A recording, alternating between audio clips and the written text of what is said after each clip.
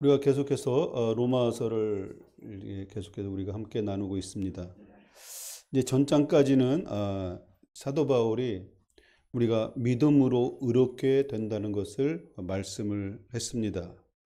그래서 이방인이든 유대인이든 간에 우리가 하나님을 믿지 않는다고 하면 그것은 구원을 얻을 수가 없다, 의인이 될 수가 없다라고 강조를 합니다. 그래서 유대인이든 이방인이든 간에 하나님의 약속을 믿는 자가 의인이요 의롭게 됨을 입는다라고 사도 바울은 말씀했습니다. 그 이후에 이제 5장으로 이제 들어가면서 이제 무엇을 말씀하고 있냐면 구원받은 믿음의 자녀 의인들이 누리는 어떤 축복에 대해서 말씀을 하고 있습니다. 이 축복뿐만 아니라 믿는 자가 갖는 특권에 대해서 말씀하고 있다고 할 수가 있습니다.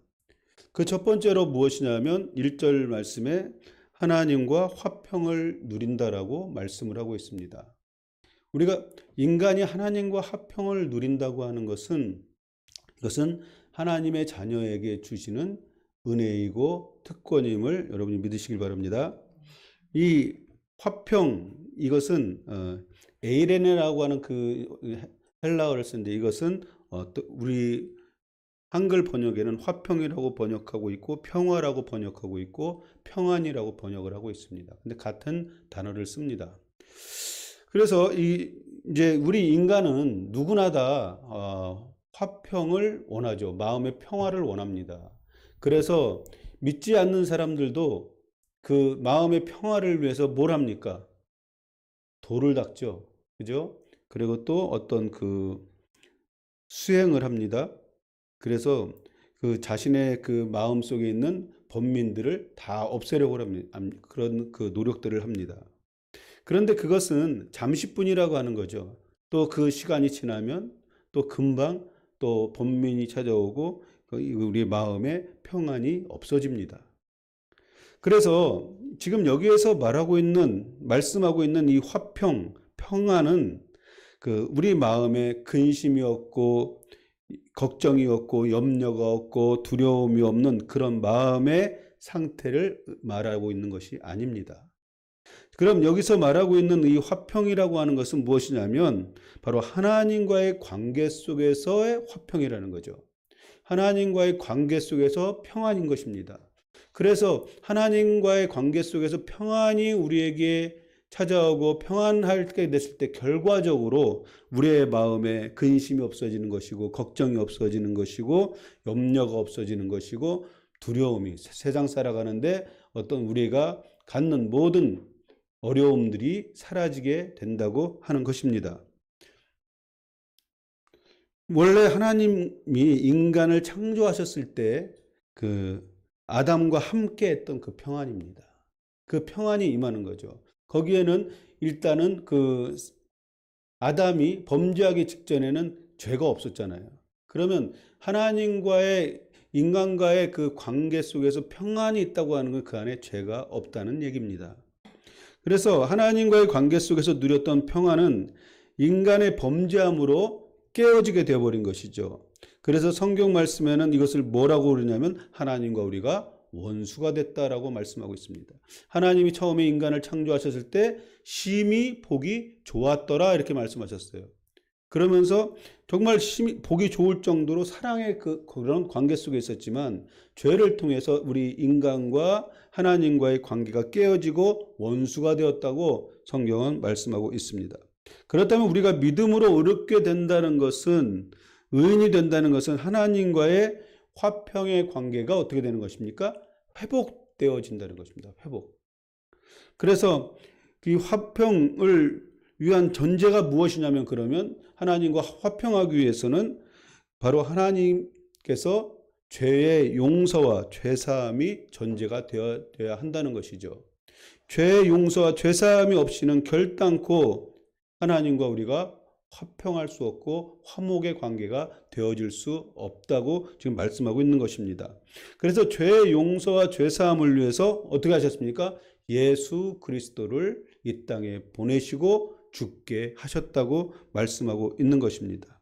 그래서 9절 말씀에 보니까 9절 한번 같이 읽어볼까요? 여기 같이 읽어보겠습니다. 시작. 그러면 이제 우리가 그의 피로 말미암아 의롭다 하심을 받았으니 더 그로 말미암아 진노하심에서 구원을 받을 것이니. 아멘. 여기서 보니까 예수 그리스도의 피로 의롭다함을 받았다는 것이죠.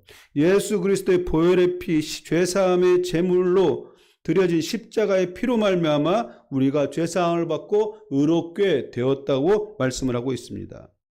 하나님과 인간의 화목을 위해서 예수님이 십자가에 못 박혀 죽으셨는데 그것이 무엇이냐면 화목제물이 되었다는 것입니다. 바로 그러니까 십자가는 무엇입니까? 하나님께 드리는 제단이 된 것이고 예수님이 바로 제물이 되셔서 거기서 피를 흘리셨다고 하는 것입니다. 여기서 화목이라고 하는 것은 조금 에이레네하고 좀 다른 표현을 써요. 이것은 화해와 회복이라고 하는 그런 단어를 씁니다. 그래서 하나님과 우리가 화목됐다. 그 말은 다른 말로 무엇을 얘기하냐면 하나님과 우리가 관계가 회복됐다. 그 말이에요. 이 피 흘림이 없이는 하나님과 죄사함이 없다는 것입니다. 하나님은 이제 구약 시대에 보면 인간의 죄를 용서하시기 위해서 제사 제도를 허락하시죠. 그래서 우리 인간이 지은 죄를 대신해서 짐승의 피로 죄를 씻게 하는 제사 제도를 허락하셨습니다. 왜냐하면 피 흘림이 없이는 죄사함이 없기 때문에 그것을 허락하셨다는 것입니다. 그래서 매번 절기가 되면 또 수시로 자신의 그 죄가 있을 때는 짐승을 잡아서 짐승의 피를 드림으로 해서 자신의 죄를 씻을 수 있다고 이렇게 제사를 드렸습니다. 그렇지만 예수님이 이 땅에 오셔서 죽으심을 통해서 이제는 더 이상 그 제사가 필요가 없다라고 말씀을 하고 있습니다. 그래서 히브리서 10장 10절 보면 예수 그리스도의 몸을 단번에 들이심으로 말미암아 우리가 거룩함을 얻었노라 이렇게 말씀하고 있습니다. 단번에 드려졌다는 것이죠. 단 한 번으로 이제 우리의 죄가 씻어졌기 때문에 더 이상 짐승을 잡을 필요가 없다는 것이죠. 만약에 예수님께서 이렇게 단 한 번에 드려지는 제물이 되지 않았다고 하면 오늘도 여러분들이 올 때 짐승 하나씩 들고 와야 돼요. 그죠? 데리고 와서 저는 계속해서 하루 종일 그걸 잡아야 되는 것입니다. 그래서 이런 얘기를 해요. 그 당시에 제사장들은 굉장히 도살에 능한 사람들이었다. 라는 얘기를 해요. 왜냐하면 갖고 오는 대로 다 잡아야 되니까 그게 얼마나, 그리고 또 힘이 좋았다고 얘기해요. 소라든가 무거운 양들을 다 잡으려고 그러면 얼마나 또 힘이 세야 됩니까? 그렇다는 얘기를 하는데, 어쨌든 예수님께서 이 땅에 오셔서 십자가에 못 박혀 죽으심을 통해서, 단 한 번의 죽으심을 통해서 더 이상 그런 짐승을 잡는 제사가 필요 없어졌다는 것입니다. 그래서 단번에라고 하는 것은 뭐냐면 하나님의 뜻에 대한 완전한 순종을 의미하는 것이죠.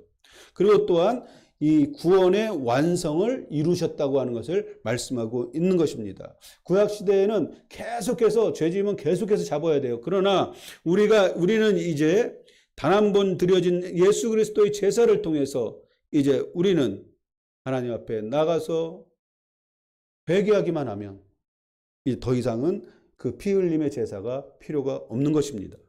거룩한 존재가 되었다는 것은 하나님의 것으로 구별됐다는 것을 의미합니다. 의롭다함을 얻은 의인이 바로 하나님께 구별된 존재가 되어졌다는 것입니다.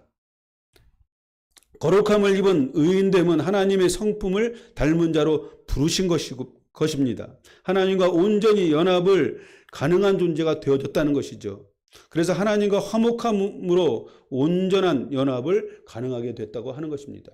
우리가 예수 그리스도의 이름으로 말미암아 하나님을 닮아갈 수 있는 하나님의 형상으로 지음받은 것이 회복되어졌다는 거예요. 그래서 바로 예수 그리스도의 십자가의 죽으심은 놀라운 사건이라는 것입니다. 왜냐하면 우리가 하나님의 성품을 닮아갈 수 있게 된 것이고, 또 더 나아가선 하나님과 온전한 연합을 이룰 수 있는 그러한 존재가 되어진 것이 바로 예수 그리스도의 십자가의 은혜로 가능해졌다고 하는 것입니다. 에베소서 2장 16절 말씀해 보니까 십자가로 그 둘을 한 몸으로 하나님과 화목하게 하려 하심이라 원수된 것을 십자가로 소멸하셨다라고 말씀하고 있습니다. 십자가로 그 둘이 한 몸이 됐다고 말씀하고 있어요. 그러니까 뭐예요? 하나님과 원수가 됐을 때 이 한 몸이 원래는 그 한 몸이었는데 분리됐다는 거예요. 죄를 때문에서. 그러나 바로 예수 그리스도와 십자가로 말미암아 하나님과 화목하게 됐다는 것은 한 몸이 되었다는 거예요. 한 연합이 되었다는 것입니다. 왜냐하면 십자가를 통해서 원수됨을 소멸했기 때문에 가능해졌다라고 말씀을 하고 있습니다. 사도 바울은 범죄함으로 하나님과 인간이 원수되어 둘로 갈라져 있었지만 예수 그리스도 십자가의 보혈로 말미암아 원수됨을 소멸하고 하나님과 우리가 한 몸이 되어서 화목하게 되는 그 은혜를 우리에게 주셨다고 말씀하고 있는 것입니다. 그 다음에 10절 말씀에 보니까 10절은 같이 한번 읽어보겠습니다. 같이 읽겠습니다. 시작. 곧 우리가 원수 되었을 때 그의 아들의 죽으심으로 말미암아 하나님과 화목하게 되었은즉 화목하게 된 자로서 더욱 그의 살아나심으로 말미암아 구원을 받을 것이니라. 아멘. 바로 원수 되었을 때 그 아들의 죽으심으로 말미암아 하나님과 화목하게 되었다고 말씀하시고 그 화목하게 됐을 뿐만 아니라 예수 그리스도의 부활을 통해서 우리가 구원을 먼저 이뤘다라고 말씀하고 있는 것입니다. 칭의와 화목과 구원은 인간의 공로나 업적과는 아무런 상관없이 하나님의 아들 예수 그리스도를 통해서 예수 그리스도의 죽으심과 부활을 통해서 가능하게 된 것이다라고 지금 확증적으로 말씀하고 있습니다. 우리가 읽은 1절 말씀에 보니까 예수 그리스도를 통해서 구원을 받은 믿음의 자녀들은 기쁨으로 하나님과 화평을 누리자라고 말씀하고 있습니다. 여기서 누리자 이 말씀은 그 원어의 뜻을, 원문의 뜻을 보면 소유하다 그런 뜻이 있어요. 그러니까 뭐냐면 화평을 소유했다는 거예요. 그래서 내 안에 끊임없이 솟아나는 샘물과 같이 하나님이 주시는 평안을 소유한 존재라는 것입니다. 우리가 의인이 되었다고 하는 것은 하나님과 우리가 화평을 누린다고 하는 것은 하나님께서 허락하신 그 화평이 내 안에 있으므로 내가 소유하고 있다는 거예요. 내가 소유하고 있다고 하는 것은 무엇을 의미합니까? 내가 언제든지 항상 그 화평 가운데 있을 수 있다는 것입니다. 그 내가 소유하지 않았다고 하면 다른 사람이 줘야 되는 거잖아요. 그죠? 그러나 내가 소유했다고 하는 것은 내가 언제든지 항상 어느 순간이라도 내가 화평 가운데 거할 수 있다라고 하는 것을 말씀해 주고 있는 것입니다. 이 화평은 내가 하나님 안에서 날마다 순간순간 경험하게 되는 축복이고 은혜임을 여러분이 믿음으로 고백하시길 바랍니다. 2절 말씀에 보니까 의인의 축복은 은혜 안에 서 있게 되는 것이다 라고 말씀하고 있습니다. 우리 2절 한번 같이 읽어보겠습니다. 시작. 또한 그로 말미암아 우리가 믿음으로 서 있는 이 은혜에 들어감을 얻었으며 하나님의 영광을 바라보고 즐거워하느니라. 아멘. 우리가 하나님을 믿음으로 하나님의 은혜의 영역 안으로 들어가는 것이라는 거예요. 여기서 우리가 은혜 안에 들어간다고 그랬어요. 그러니까 은혜는 무엇입니까? 은혜의 영역, 하나님의 영역이에요. 우리 인간의 영역이 아닙니다. 은혜는. 그렇기 때문에 우리가 믿음으로 서 있는 그 믿음으로 말미암아 은혜의 영역 안으로 우리가 들어가게 됐다는 거예요. 하나님이 다스리시고 통치하시는 은혜의 영역으로 우리가 들어가게 되었다고 지금 말씀하고 있는 것입니다. 그러면서 이것은 내가 노력으로 들어가는 것이 아니라 하나님께서 하나님의 은혜 안에 거하도록 우리를 받아들인 것이라는 거예요. 믿습니까? 바로 예수 그리스도를 통해서 예수 그리스도를 믿을 때 하나님의 영역으로 우리가 들어가게 되었다는 거예요. 그것이 무엇입니까? 예수 그리스도가 십자가에 달려 돌아가실 때 휘장이 위에서 아래로 찢어지셨잖아요. 찢어졌다고 하는 것은 바로 하나님의 임재, 하나님의 영광이 임재, 하나님의 은혜가 충만한 지성소 안으로 우리가 들어가게 되었다는 것입니다. 이것은 내가 들어가고 싶어서 들어가지는 것이 아니라 예수 그리스도를 통해서 우리를 들어오도록 허락하셨다는 것입니다. 그래서 우리가 믿음 안에 서 있다고 하는 것은 무엇입니까? 바로 믿음 안에 서 있다고 하는 것은 하나님의 영역 안으로 내가 들어가 서 있는 거예요. 믿습니까? 예수 그리스도의 공로로 하나님의 은혜의 영역에 받아들여진 바 된 우리는 하나님의 은혜 위에 확고하게 흔들림 없이 서 있게 되는 것입니다. 하나님의 은혜의 영역에서 하나님과 우리의 안정적이고 지속적인 평안의 관계가 유지된다고 하는 것을 여러분이 아셔야 됩니다. 그렇기 때문에 우리가 예수 그리스도를 믿는 믿음이 굳건할 때 그것은 하나님께서 우리에게 허락하신 화평도 깨어질 수가 없다고 지금 말씀하고 있는 것입니다. 그래서 로마서 8장 35절 말씀해 보면 누가 우리를 그리스도의 사랑에서 끊으리오 환난이나 공고나 박해나 기근이나 적신이나 칼이라 그랬습니다. 바로 우리가 믿음 안에서 그리스도의 사랑 안에 있고 하나님의 사랑 안에 있다고 하면 하나님의 그 은혜의 영역 안에 내가 온전히 굳건하게 서 있을 때 그 하나님과의 우리의 사랑이 끊어질 수 없다고 지금 말씀하고 있는 것입니다. 예수 그리스도를 통해서 죄사함 받고 하나님과 화목하게 됨으로 하나님의 은혜 안에 들어가서 함께 사랑을 나누는 것을 어떤 것도 막을 수가 없다라고 말씀하고 있습니다. 그것을 우리가 믿어야 하는 것입니다. 내가 예수님의 이름으로 예수님의 사랑 안에 있고 하나님의 영역인 은혜 안에 하나님과 동행하는 그러한 삶을 살고 있다고 하면 하나님께서 허락하신 화평과 사랑을 끊을 수가 없다는 거예요. 그러면 우리가 우리 안에 평안이 없어지고 정말 우리가 사랑이 식어진다고 하는 것은 무엇을 의미할까요? 그것은 바로 하나님의 잘못이 아니라 내가 세상에 많은 것들을 내어주어 버리기 때문에 그 하나님의 사랑의 영역 안에서 하나님의 그 은혜의 영역 안에서 내가 떨어져 나오고 있다고 하는 거예요. 거기에 믿음 안에 서 있기만 한다면 우리는 하나님께서 허락하신 그 평안을 영원토록 누리게 되는 것입니다. 왜냐하면 우리는 예수님을 믿음으로 하나님의 자녀가 됐을 때 내가 화평을 소유하게 되었기 때문에 그렇습니다. 2절 말씀 우리 한번 같이 읽어보겠습니다. 2절 같이 다시 한번 읽어보겠습니다. 시작. 말미암아 우리가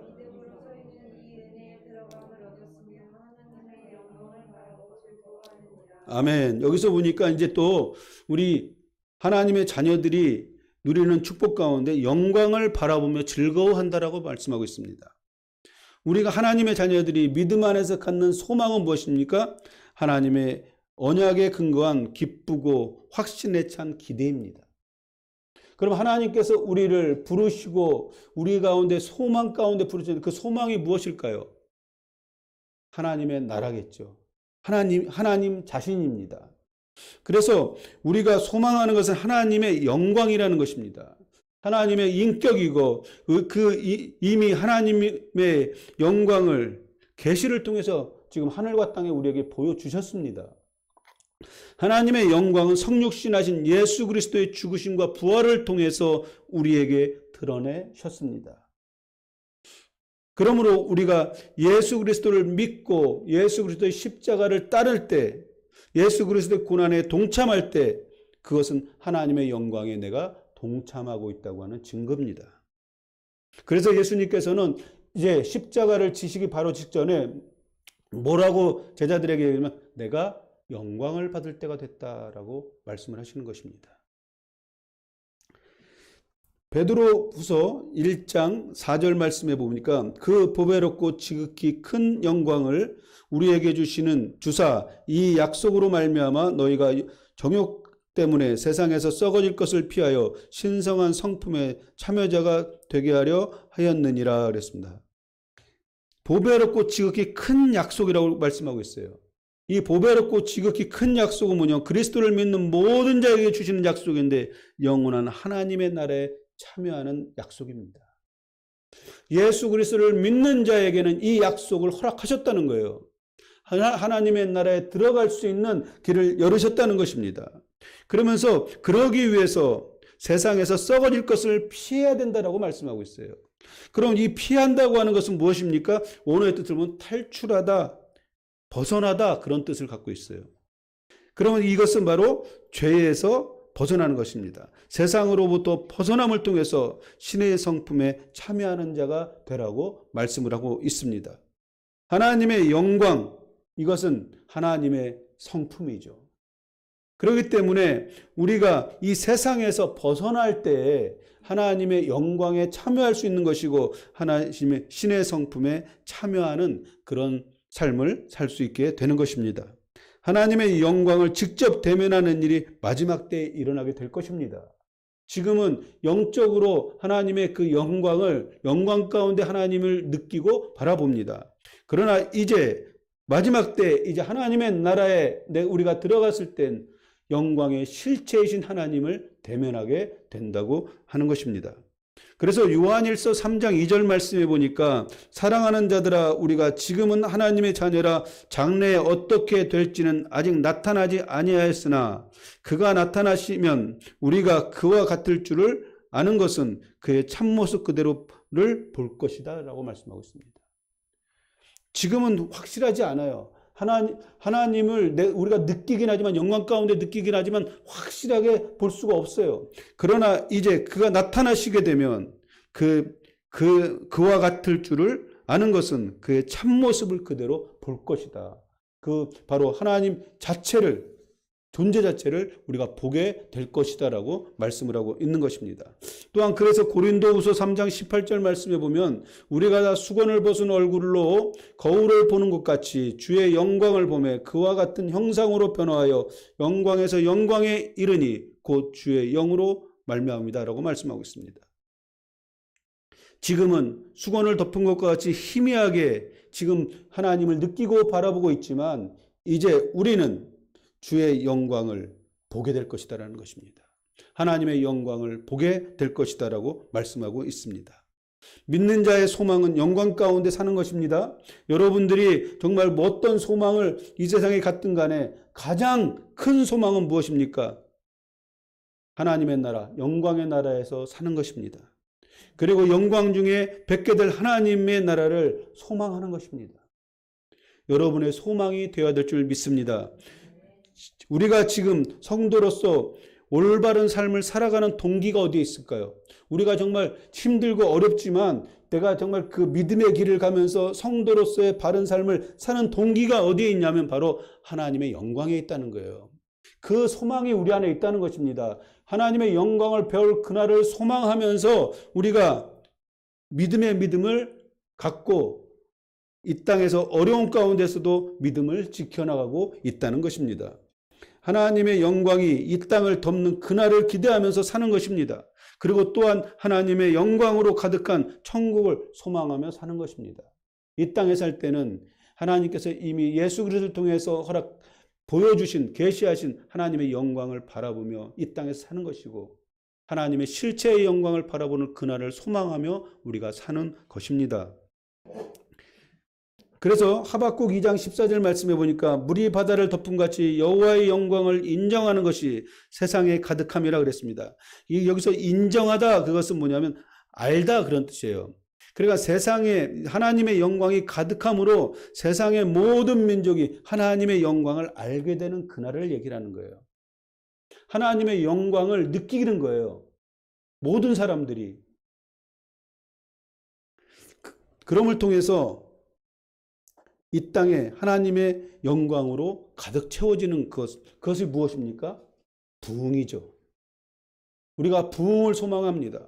부흥이라고 하는 것은 하나님이 임하시는 거예요. 하나님이 거하시는 겁니다. 그래서 하나님의 영광이 이 땅에 가득한 것이 부흥인 것입니다.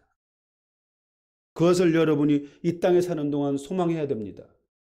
또한 진짜 우리가 큰 소망은 그것을 뛰어넘어서 하나님 나라에서 뵙게 될 영광 중에 뵙게 될 하나님을 소망하는 것입니다. 그 다음에 3절 4절 우리 같이 한번 읽어보겠습니다. 같이 읽겠습니다. 시작. 우리가 환난 중에도 즐거워하나니 이는 환난은 인내를 인내는 연단을 연단은 소망을 이루는 줄 알미로다. 아멘. 여기서 보니까 구원받은 성도들의 기쁨은 환난 중에서도 즐거워한다는 거예요. 이게 굉장히 역설적인 말씀이죠. 그죠? 환난 중에 즐거워해요. 이것은 하나님을 믿는 자녀들이 갖는 특권이자 은혜라고 하는 것입니다. 환난 중에 누가 즐거워합니까? 환난을 당하면 사람들은 괴로워하고 힘들어하고 빨리 이것이 지나갔으면 좋겠다. 그렇게 생각들 하지만 환난 중에도 즐거워한다는 거예요. 그런데 우리가 뭔가를 즐기고 즐거워한다고 하는 것은 무엇입니까? 그것이 지속되기를 원하는 거잖아요. 그렇죠? 근데 환난이 지속되기를 원합니까? 우리가 믿음 안에 살고 믿음에 서 있고 하나님의 은혜의 영역 안에 내가 들어가 있다고 하면 환난이 기쁨이 된다는 거예요. 그것을 즐거워한다는 것입니다. 환난이라고 하는 것은 우리의 삶 가운데 겪는 어떤 고통이나 아픔, 두려움, 좌절, 어떤 상실, 어떤 실망 등을 의미하는 것이 아니라는 것을 알아야 돼요. 여기서. 그럼 환난이란 무엇입니까? 하나님의 자녀로서 하나님과의 관계 속에서 믿음을 지켜나가는데 당하는 어려움들이에요. 이게 환난인 것입니다. 우리는 그 환난이라고 그러면 다 이 세상에서 내가 겪는 그것도 어려움들을 다 환난이라고 생각을 해요. 그것이 아니라는 거예요. 우리가 왜 환난을 겪냐면 바로 하나님과의 관계 속에서 우리가 더 하나님을 닮아가려고 하니까 이 세상을 거스리는 삶을 살기 때문에 환난이 오는 것입니다. 환난은 인내를, 인내는 연단을, 연단은 소망을 이루는 줄 알겠다라고 말씀하고 있습니다. 이 환난은 인내를이라고 그랬어요. 환난에 대한 자세는 강한 어떤 인내로서 견뎌내는 것이 아니라는 것입니다. 우리가 환난이 나가면 내가 견뎌야지 그런다고 견뎌집니까? 왜 이스라엘 백성들이 어려움 가운데서도 계속해서 불평과 불만을 쏟아놓았을까요? 그 사람들이 처음부터 아예 그냥 작심하고 하나님한테 불평과 불만을 쏟아내려고 했을까요? 처음에 견뎌봤을 거예요. 한번 내가 견뎌야지. 근데 이게 너무 힘드니까 그냥 돌아가겠다고 계속해서 그러는 거예요. 그러니까 강한 인내로 내가 내 힘과 능으로 내가 견뎌봐야지 그래서 환난이 견뎌지는 것이 아니라 우리가 아무리 육신의 노력으로 견딘다고 해서 해도 결국은 우리는 인간의 연약함은 질 수밖에 없습니다. 환난을 이기며 인내하는 것은 무엇이냐면 그 환난의 배후에서 역사하고 계시고 위로하고 계시는 하나님과 함께함을 통해서 우리가 환난을 이길 수 있다는 것입니다. 그래서 우리가 인내한다고 하는 것은 무엇을 뜻할까요? 인내한다고 하는 것은 하나님이 함께 하심을 통해서 인내가 가능한 것입니다. 확실한 믿음이 있어야만 합니다. 신앙은 역설적이기 때문에 이 환난을 이기는 힘은 어디에서 오는 것입니까? 주님 안에서 내가 기쁨 안에 있을 때, 기쁨을 누릴 때 환난을 이길 수 있다는 것입니다. 우리에게 어려움이 닥칠 수 있어요. 우리가 지금 육신의 몸을 입고 있기 때문에 주님의 나라 갈 때까지는 많은 어려움이 있을 수 있습니다. 이 세상을 살아갈 때 내 뜻대로 내 원대로 된다고 하면 믿음 가질 사람이 별로 없을 거예요. 기도하는 사람도 별로 없을 겁니다. 근데 참 우리는 참 악해서 정말 어렵고 힘든 상황 속에서 기도를 해야 됨에도 불구하고 기도는 안 하는데 한숨만 쉬고 있죠. 하나님은 무엇을 원합니까? 하나님 앞에 나와서 기도하기를 원하는 거예요.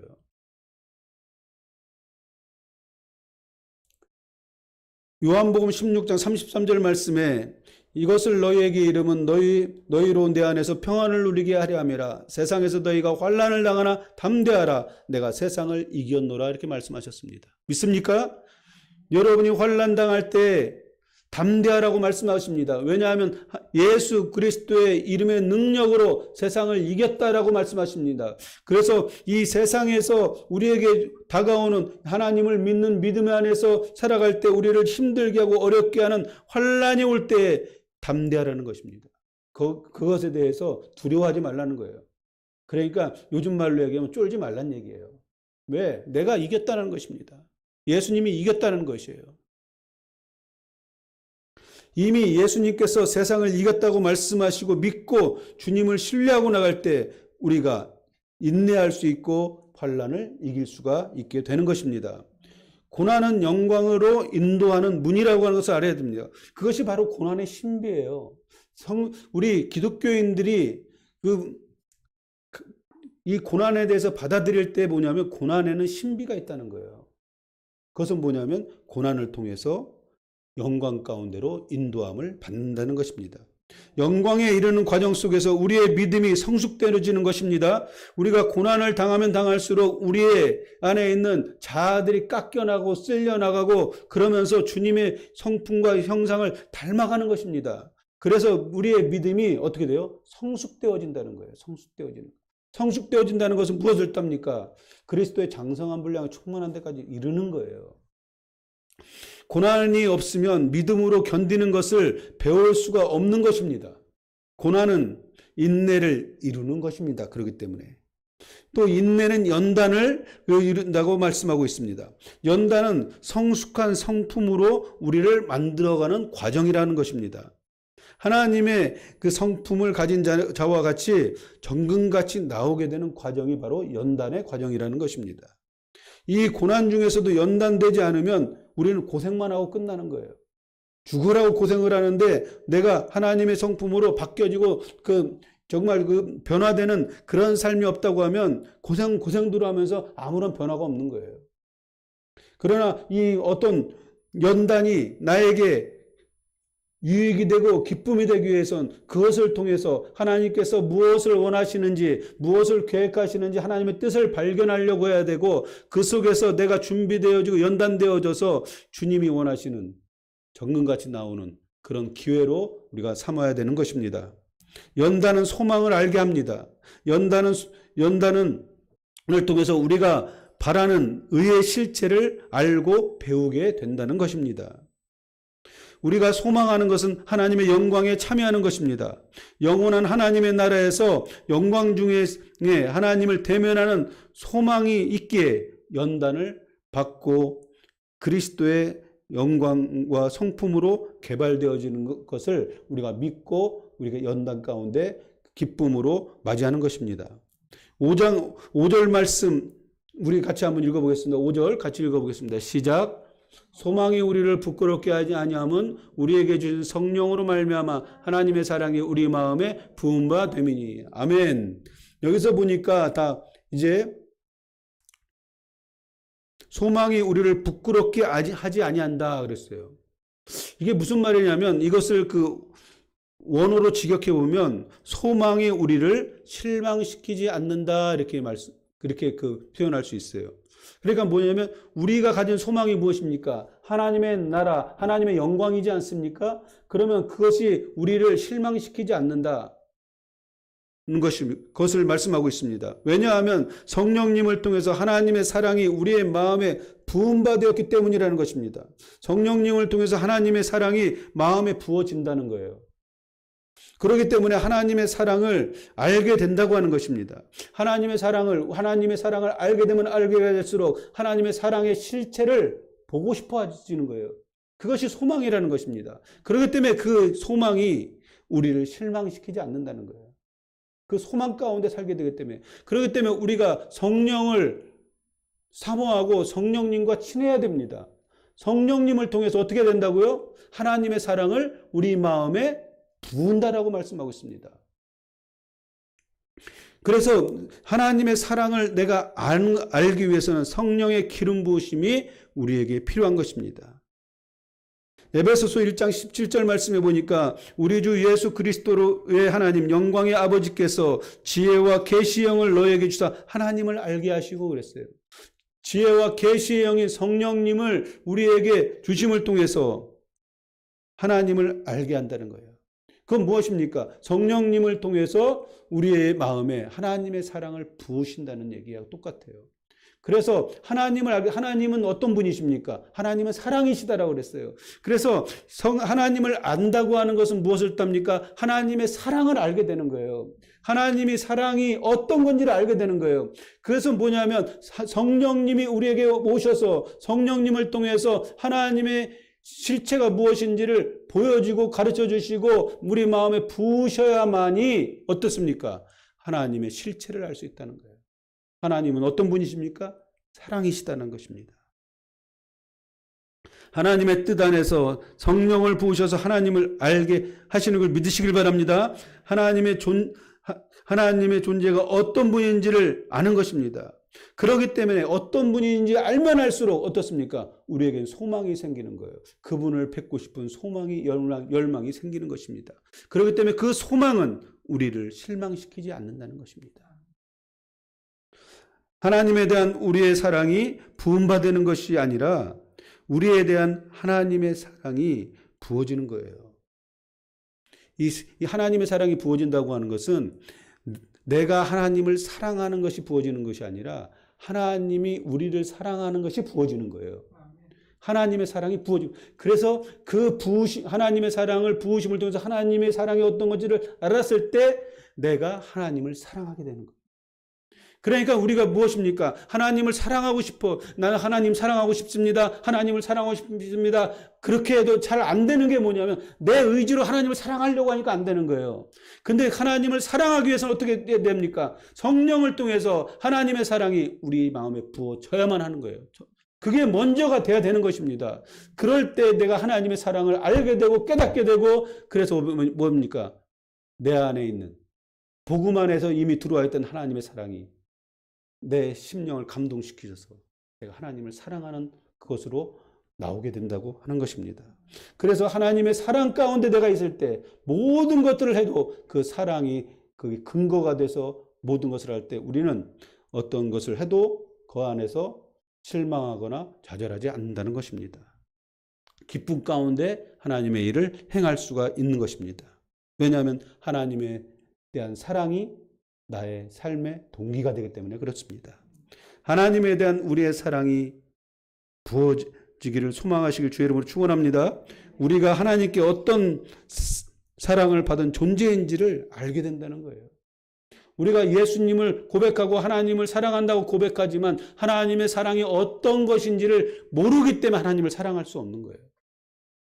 우리가 정말 하나님을 고백하면 고백할수록 하나님의 사랑이 내 안에 부어짐을 통해서 하나님의 사랑이 어떠한가를 자신의 그 품 안에 품고 있는 독생자까지도 다 내어주시는 그 사랑이 우리에게 성령님을 통해서 부어진다는 것입니다.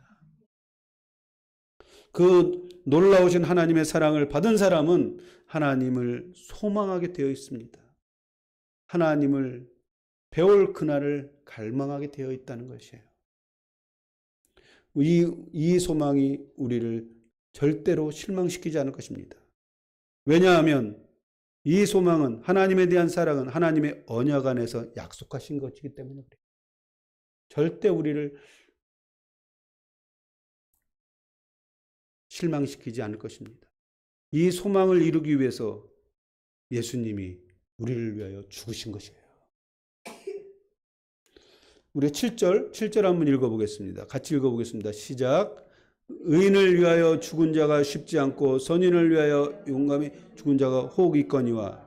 이 말씀은 또 무슨 말씀입니까? 의인을 위하여 죽은 자가 쉽지 않아요. 그죠? 어떤 의인이 있는데 의인을 위해서 자기가 이 사람이 죽어야 되는데 자기가 대신 죽어요. 그리고 또 선인을 위해서 용감히 또 죽는 사람도 혹은 있을 수 있겠죠. 의인이나 선인을 위해서 용감히 죽는 사람이 혹은 있을 수도 있다는 거예요. 지금 이것은 무엇을 말하기 위하냐? 8절을 말하기 위해서 지금 얘기를 하고 있는 거예요. 이 세상 사람들은 어쩌다가 의인을 위해서 선인을 위해서 죽는 그런 사람이 있을 수 있어요. 어쩌다가. 근데 이 세상은 뭐냐면 죄인을 위해서 죽는 사람은 없다 지금 얘기를 하고 있는 거예요. 그래서 8절 말씀을 얘기를 하는 거예요. 우리가 아직 죄인 되었을 때 그리스도께서 우리를 위하여 죽으심으로 하나님께서 우리에 대한 자기의 사랑을 확증하셨느니라. 아멘. 그렇습니다. 바로 이 세상 사람들은 의인을 위해서 선인을 위해서 죽는 사람은 어쩌다가 한두 사람 나올 수 있겠지만 죄인을 위해서 죽는 사람은 없다. 그러나 하나님의 사랑은, 그리스도의 사랑은 죄인을 위해 죽으셨다는 것입니다. 그렇기 때문에 죄인을 위해서 죽으셨기 때문에 선인이든 의인이든 세상의 모든 사람들을 위해서 죽으신 것입니다. 믿습니까? 예, 그것이라는 거예요. 예수 그리스도는 죄인을 위해서 죽으셨다는 것입니다. 죄인을 위해 죽으신 분은 오직 예수님 한 분이신 것입니다. 하나님의 절대적인 사랑을 말씀하고 있는 것이에요. 죄인을 위해서 죽으심을 통해서 모든 인류를 죽음으로부터 생명으로 구원하신 바로 예수 그리스도이신 것입니다. 예수 그리스도의 피로 의롭다함을 입은 우리입니다.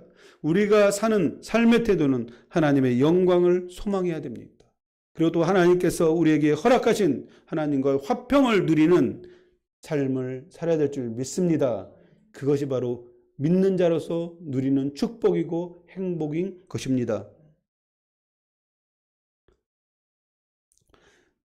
환란이 온다고 해도 넉넉히 이기는 힘은 주님 안에서 누리는 평안입니다. 주님이 세상을 이겼다라고 말씀하셨어요. 예수님을 가리켜서 샬롬의 왕이다라고 그랬어요. 평강의 왕입니다. 그 예수님이 우리를 구원하신 구원자가 되시고 우리의 소망이 되신다고 하는 것입니다. 우리 11절 말씀 우리 같이 한번 읽어보겠습니다. 같이 읽겠습니다. 시작. 그뿐 아니라 이제 우리로 화목하게 하신 우리 주 예수 그리스도로 말미암아 하나님 안에서 또한 즐거워하느니라. 아멘.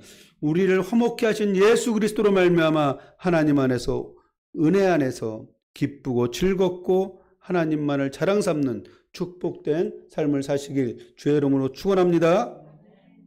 하나님 안에서 사는 것은 하나님의 나라를 누리면서 사는 거예요.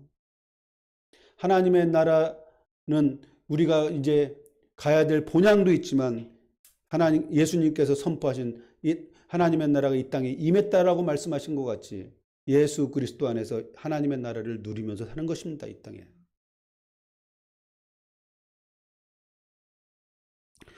로마서 14장 17절 말씀에 이렇게 말씀하고 있죠. 하나님의 나라는 먹는 것과 마시는 것이 아니요 오직 성령 안에 있는 의와 평강과 희락이다라고 말씀하고 있습니다. 하나님의 나라는 먹고 마시는 것이 아니다. 육신적으로 사는 것이 아니라는 거예요. 오직 의 안에서 의와 평강과 희락, 성령 안에서 의와 평강과 희락이다라고 말씀하고 있습니다. 우리는 예수 그리스도의 공로로 하나님의 은혜로 의인됨을 믿고 의로운 삶을 살아야 될 줄 믿습니다. 우리가 주님 안에서 의 안에서 있을 때 자연적으로 따라오는 것은 뭐냐면 평강과 희락이라는 거예요. 의가 빠진 평강과 희락은 모든 종교에서 다 원하는 거예요. 근데 모든 종교에서 평강을 원하고 희락을 원하지만 거기엔 의가 빠져 있는 것입니다. 우리가 의인이 되었다고 하는 것은 하나님의 의가 우리 안에 있는 거예요. 하나님의 나라가 우리 안에 있는 것입니다. 그렇기 때문에 우리가 의 가운데 의인으로서 산다고 하는 것은 하나님의 나라를 경험하며 사는 것이고 그것을 통해서 우리에게 진정한 평강과 희락이 넘치게 될 줄 믿습니다. 하나님은 예수님을 통해 우리를 구원하시고 하나님의 나라를 선물로 허락하셨습니다. 주님 안에서 하나님의 나라를 경험하며 살 수 있기를, 영광 가운데 천국의 소망을 여러분이 바라보며 살 수 있기를 주의 이름으로 축원합니다. 우리 기도하겠습니다. 우리 말씀을 기억